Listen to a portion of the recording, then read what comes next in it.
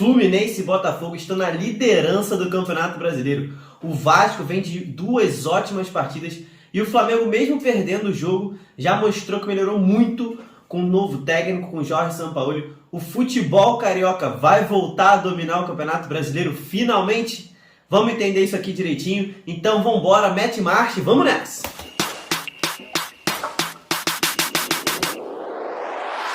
Fala, torcedores e torcedoras fanáticas e fanáticos, o meu nome é Diogo e eu sou um torcedor apaixonado por futebol igual a você. Se você ainda não conhece aqui o nosso canal, aqui a gente fala sobre o melhor do futebol brasileiro. O canal tem só 3 semaninhas, cara, é novinho e a gente já tá quase batendo a meta de 200 inscritos aqui no canal. Então me dá essa força aí, se inscreve, você não vai se arrepender. Como você já tá ligado aqui no esquema do canal, bora falar na sequência das partidas dos cariocas na segunda rodada do Campeonato Brasileiro. Se você quer ouvir só o que eu tenho a falar sobre o seu time, eu deixei aqui um minuto certinho na descrição. É só você abrir a descrição aqui embaixo, clicar no tempo certinho que o vídeo vai direto pro momento em que eu tô falando sobre o seu time, valeu? O primeiro jogo dos cariocas na rodada foi também o jogo que abriu a segunda rodada do Campeonato Brasileiro. O Fluminense jogou sábado às 4 horas contra o Atlético Paranaense no Maracanã. Quase 40 mil pessoas no Maraca. Sábado bonito, tava uma tarde de sol. Eu tava lá também, eu fui nesse jogo e eu vou falar pra vocês aqui, cara. O Fluminense dominou o bom time do Atlético Paranaense de uma forma que eu não vi há muito tempo, cara. Parecia que eram times de divisões diferentes. É muito difícil um time de Série A se impor sobre outro time de Série A da forma como o Fluminense vem se impondo contra os seus adversários. O Furacão tem um ótimo time, vem fazendo ótimas campanhas. E o Fluminense começou com tudo, dominou todas as ações do jogo, o time inteiro no campo de ataque do Atlético Paranaense. O Atlético Paranaense todo recuado, não conseguiu jogar. E com 10 minutos já, o Lima aproveitou uma bola rebatida da zaga, né? O Arias cruzou da esquerda, a bola rebateu, sobrou na entrada da área e o Lima pegou lá um balaço, um tirambaço. A bola chegou a desviar, mas entrou, gol do Fluminense, golaço. 1-0 Fluminense com 10 minutos. Depois disso, o Fluminense continuou em cima do Atlético, jogando continuou todo no campo de ataque. Só não saiu do primeiro tempo com mais gols. Muito por conta do goleiro Bento, fez algumas boas defesas ali no primeiro tempo. E também por causa do VAR, né? O VAR anulou um gol do André. Foi bem anulado. Por interferência do Keno. O Keno estava impedido e fez um bloqueio ali no zagueiro, no defensor do Atlético Paranaense. E aí o VAR chamou, anulou corretamente. O Keno realmente interferiu naquela jogada, na minha opinião. Mas aí o Fluminense não teve o seu segundo gol validado e foi para o intervalo apenas com 1-0. O Furacão voltou para o segundo tempo pressionando mais, voltou com mais ânimo. O Fluminense demorou um pouquinho ali para entender o jogo, né? O avanço dos meias do Atlético, os laterais do Furacão foram jogar mais à frente também. Mas depois ali de uns 10 minutos, 10 do segundo tempo, o Fluminense retomou o controle da partida e foi assim até o final do jogo. Aos 22, em outra jogada de escanteio curto, já tinha saído um gol assim de escanteio curto no jogo do meio de semana da Libertadores. Eu fiz os melhores momentos aqui, vou deixar no card para você acompanhar. É uma visão do Maracanã, visão maneira. O Nino outra vez meteu o gol. Belo gol do Nino, uma cabeçada que foi no ângulo, não tinha o que o Bento fazer, não tinha nem se jogasse a luva, ele pegava. E aí o Fluminense ganhou mais um jogo, foi um jogo que foi tranquilo para o Fluminense vencer, impressionantemente, porque o Atlético Paranaense é um time difícil de ser batido. Acabou de fazer um ótimo jogo no meio de semana contra o Atlético Mineiro pela Libertadores. Tá certo que o Atlético poupou alguns jogadores, o Vitor Roque só entrou no meio da partida, mas mesmo assim a maior parte do time era titular. E o Fluminense chegou ao 6º triunfo, 6ª vitória consecutiva na temporada, entre jogos de Copa do Brasil, Libertadores e Brasileiro, jogos difíceis. E foi mais uma vitória inapelável, o Fluminense mereceu, resultado merecido. O Fluminense é o líder do Campeonato Brasileiro, está empatado com o segundo colocado. Já já a gente vai falar desse segundo colocado, que ele também é carioca, mas fica na frente por conta dos saldos de gols. O Fluminense fez 5 gols em 2 jogos nesse campeonato e não tomou nenhum gol. O Flu joga nessa terça o jogo de volta contra o Paysandu pela terceira fase da Copa do Brasil. O Diniz deve poupar a maior parte do time, porque o Fluminense venceu o primeiro jogo no Maracanã por 3-0. Aí agora o Fluminense vai para Belém, né? Já está em Belém, lá no Pará, vai jogar contra o Paysandu. Não deve ser eliminado, a vantagem é muito boa, tem que respeitar o Paysandu, mas é difícil perder essa vantagem de 3 gols, né? E deve realmente ir com um time praticamente reserva, até porque no sábado o Fluminense vai enfrentar o Fortaleza em Fortaleza, não vai nem voltar para o Rio, vai de Belém direto para Fortaleza, e o Fluminense precisa ganhar esse jogo para manter a liderança do campeonato. E chegou a hora da gente falar do Flamengo. O Flamengo jogou naquele horário ingrato, né, de domingo às 11 da manhã, péssimo horário para se jogar futebol, né? O sol a pino aí, sol de meio-dia, o sol de Porto Alegre é brabo. Quem conhece tá ligado nisso aí, o sol bate forte lá. E o Flamengo foi jogar fora de casa, jogar contra o Inter, um dos ótimos times desse Campeonato Brasileiro. O Inter tá com um bom time, é difícil jogar contra o Internacional, principalmente em Porto Alegre.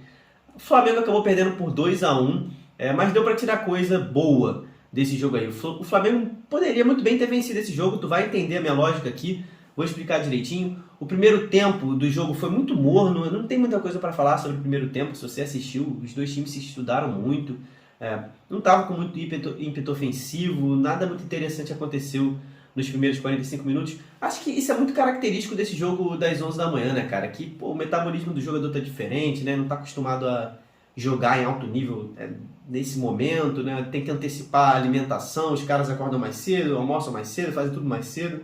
Então eles acabam chegando mais devagar. Eu tenho essa impressão que o jogo das 11 da manhã, geralmente o primeiro tempo é mais devagar. Cientificamente eu não tenho esse estudo, mas acredito, é uma hipótese minha, né? De que os jogadores estão ainda meio que pegando ali no tranco, sabe? Esse primeiro tempo das 11 da manhã. Mas no segundo tempo o jogo mudou completamente, o Flamengo já voltou se impondo, voltou buscando o jogo, terminou a partida com 64% de posse de bola e abriu ao placar aos 18 com um golaço do Gerson.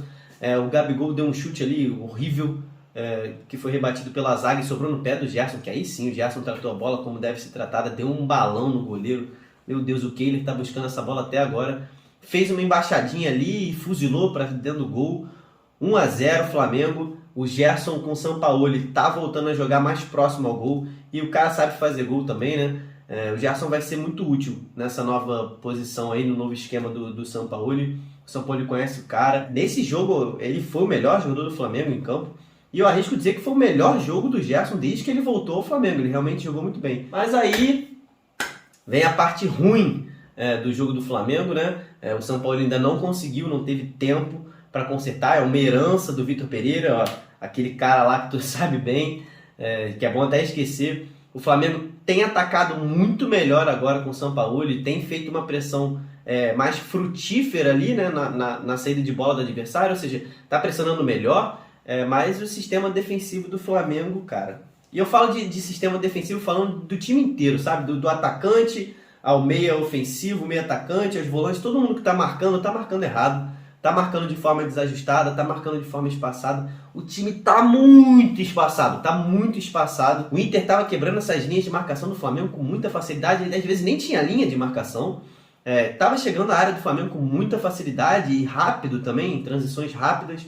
Lembra daquele 64% de posse de bola que eu falei que o Flamengo teve no jogo? Então, com essa posse, o Flamengo deu 16 chutes a gol e cedeu 16 chutes a gol ao Inter também. O Inter também deu 16 chutes a gol e com muito menos posse de bola.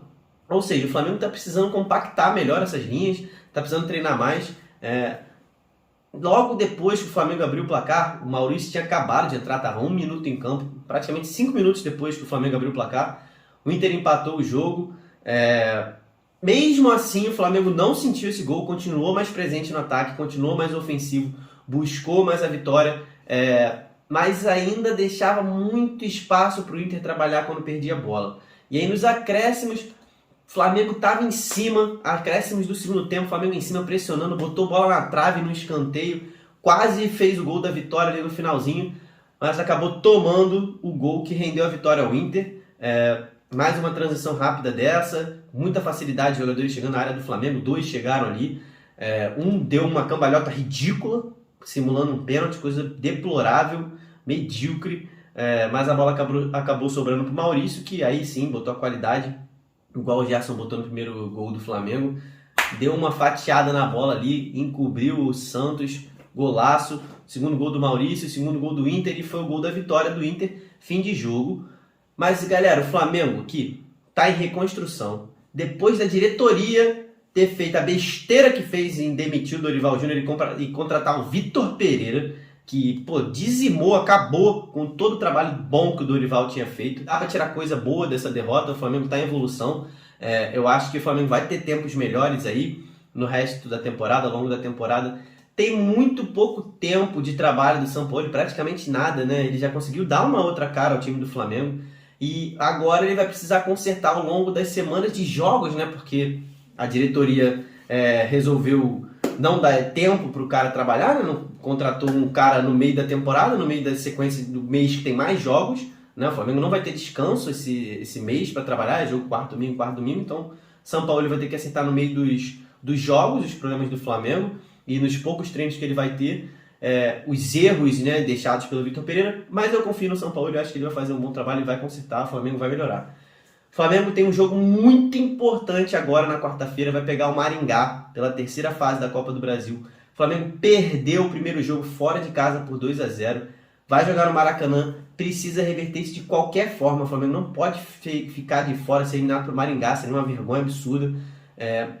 Tem que ganhar esse jogo. Pelo Brasileiro, o Flamengo vai jogar no fim de semana contra o Botafogo, clássico, vai ser no domingo esse jogo. O Vasco, galera, agora chegamos no Vasco. Jogou às 16 horas de domingo. Eu vou ser breve nesse jogo aqui, porque eu fiz um vídeo aqui no canal dedicado só a esse jogo. Eu vou deixar no card aqui em cima para você vascaíno, vai lá assistir. Eu falo mais sobre esse jogo de forma mais detalhada.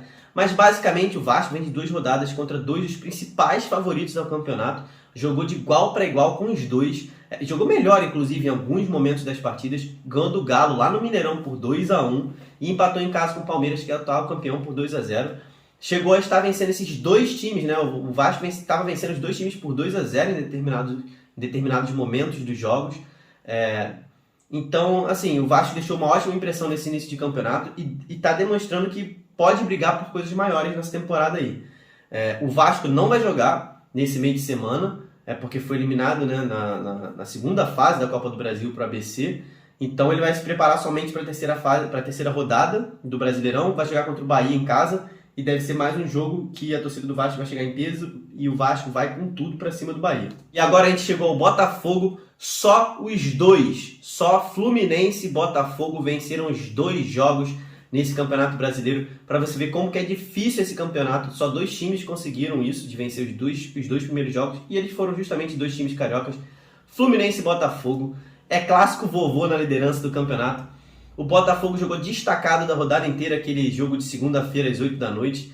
Jogou contra o Bahia lá em Salvador e fez um jogo assim, honesto, sabe? O Botafogo vem sendo eficiente. O Botafogo é um time difícil de perder. É o clube na Série A há mais tempo invicto, né? Com essa vitória por 2-1 em cima do Bahia. O Botafogo chegou ao seu 10º jogo de invencibilidade. 10 jogos do Botafogo sem perder.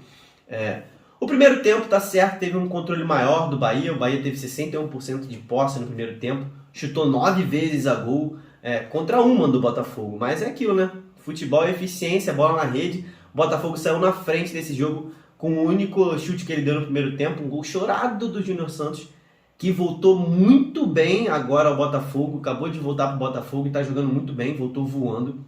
Mas numa falha ali da zona de defesa esquerda ali do Botafogo, né? O Rafael jogou improvisado ali pela esquerda. Rafael, que é lateral direito, jogou na esquerda nesse jogo contra o Bahia, porque o Marçal ainda está machucado, não pode jogar. Aí o Jacaré recebeu uma sobra de bola ali sozinho pela esquerda de defesa do Botafogo, empatou o jogo para o Bahia. Foi para o intervalo o jogo empatado. E uma notícia não muito boa para o Botafogo é que o zagueiro Adrielson saiu machucado no intervalo. A gente não sabe se foi por precaução. Ainda vão fazer exames para saber melhor o que rolou com o Adrielson. E aí o Botafogo voltou para o segundo tempo e Bahia e Botafogo voltaram num sono danado para o segundo tempo. As duas equipes estavam muito pouco inspiradas, não produziram muita coisa. Aquele jogo assim que a gente fala, meu Deus do céu, isso não vai acabar não. Mas aí chegou Tietê e Tiquinho Soares, salvaram a noite ali, numa jogada linda, uma tabela, incrível. Tietê deu no Tiquinho Soares devolveu de primeira. Tietê pegou uma chapada linda no cantinho do goleiro Marcos Felipe. Muito difícil defender essa bola, foi um chute de fora da área muito bom do Tietê, que tinha entrado no jogo, veio do banco. 2-1 Botafogo. O Bahia ainda tentou pressionar um pouco no final do jogo, mas naquele bumba meu boi, né? Uma pressão assim, bola na área. Não conseguiu fazer muita coisa. Botafogo venceu. 2-1 Botafogo e vice-liderança pro Fogão. E agora o Botafogo volta pro Rio, vai enfrentar o Ipiranga pela volta da terceira fase da Copa do Brasil. O Luiz Castro deve poupar boa parte desse time do Botafogo, deve fazer um time misto nesse jogo contra o Ipiranga, porque o Botafogo venceu o primeiro jogo fora de casa por 2-0, né? Então está com a classificação bem encaminhada. E também porque o Botafogo tem um jogo muito importante pelo Campeonato Brasileiro no final de semana. Como eu falei, vai ter o clássico contra o Flamengo, é um jogo que vai pegar fogo, então acredito que o Botafogo já esteja pensando nesse jogo contra o Flamengo. Que o futebol carioca continue mandando bem a cada fim de rodada do Brasileirão, que eu venho aqui comemorar bons jogos do futebol carioca. Se você está comigo até esse momento do vídeo, eu só tenho a agradecer a você, cara. Muito obrigado. Isso me ajuda demais quando vocês ficam até o final do vídeo. Não deixa de se inscrever aqui. Deixa o seu like aí. Comenta quem que tu acha, qual time que tu acha que vai mais longe nesse campeonato. E até o próximo vídeo. Tamo junto. Valeu, falou!